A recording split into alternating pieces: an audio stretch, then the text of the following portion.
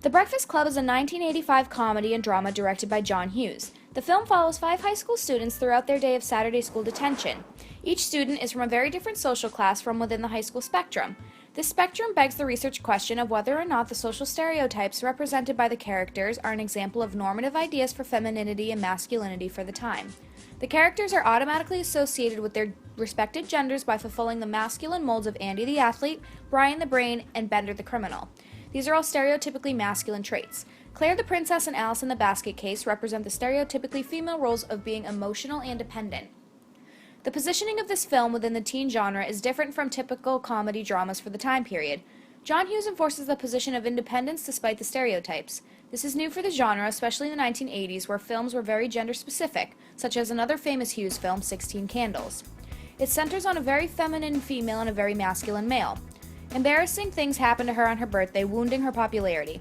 The stereotype of the popular pretty female staying that way is the main plot for a majority of the movies for this time period and for this genre.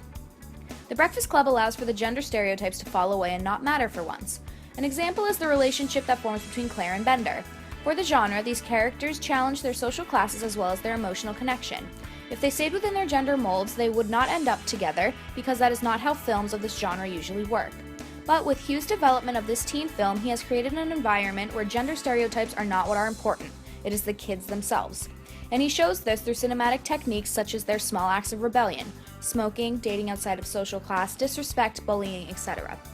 This film is critically acclaimed for the time period for being very open and to the point about societal issues. Hughes chooses to make this film so out of the comfort zone for the audience because it challenges the ever-changing idea of what is acceptable in society, especially gender-wise. He visualizes what had started to become desired in the gender realm, hence the gender bending and morphing of what was stereotypical for men and women. Claire the princess is petite, pretty, and rich. The installment of Daddy's Girl is portrayed through her in the sense that she is prim and proper, like a father would like his daughter to be. During this time period, women were supposed to be conservative and polite. Claire wears a skirt, though it is of modest length at her knees. She has perfect hair and makeup and has pink in her wardrobe. She is cookie cutter for the female gender. To counter this, there is Allison the basket case. She is the exact opposite of what the ideal woman should be. She is quiet, disheveled, and coarse. Her clothing is dark, baggy, and her hair masks the majority of her face. Allison can be seen as masculine. She is not objectified at all. She is strongly independent and marches to the beat of her own drum. Claire cannot help but thrive on what others think of her. These two, being the only female roles in the film, show a stark contrast as to what a woman should be like and what a woman should not be like. The film ends with Claire giving Allison a makeover, transforming her into a brunette version of Claire. Allison's wardrobe is now white, her hair is out of her face, and she is wearing makeup. This can be perceived that society only accepts one type of woman, Daddy's Girl. Andy the athlete and Bender the criminal are both alpha males and clash multiple times throughout the film. Bender attacks Andy for being a dumb athlete, while Andy attacks Bender for being a deadbeat. Both male roles take turns asserting dominance in typically masculine ways. For example, in costuming, Andy is wearing a leather jacket and a cut-off tank top that shows off his muscles. Bender is wearing a combination of tattered clothing, portraying him as unapproachable and intimidating. The one anomaly in the stereotypically masculine lineup is Brian the brain. He is completely depicted as feminine. He is shy, innocent, and completely devoted to his studies. He is the most emotional of the men and can be put on Claire's level when it comes to showing said emotions, due to Claire's stereotypically female characterization. Brian also becomes embarrassed when Bender reveals that Brian is a virgin in front of Claire because he did not want her to know. His embarrassment and emotional distress is gendered female. He is also very soft-spoken and conservatively dressed in a sweater.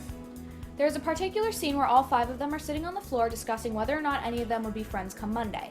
Claire and Bender are leaning against pillars and framing the rest of the group.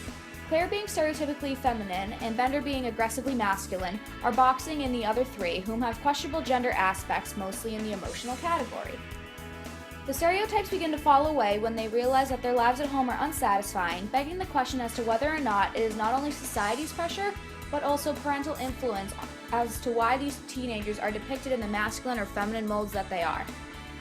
This film may seem like a stereotypically gendered film at first, but it does divulge gender bending once the social stereotypes are set aside.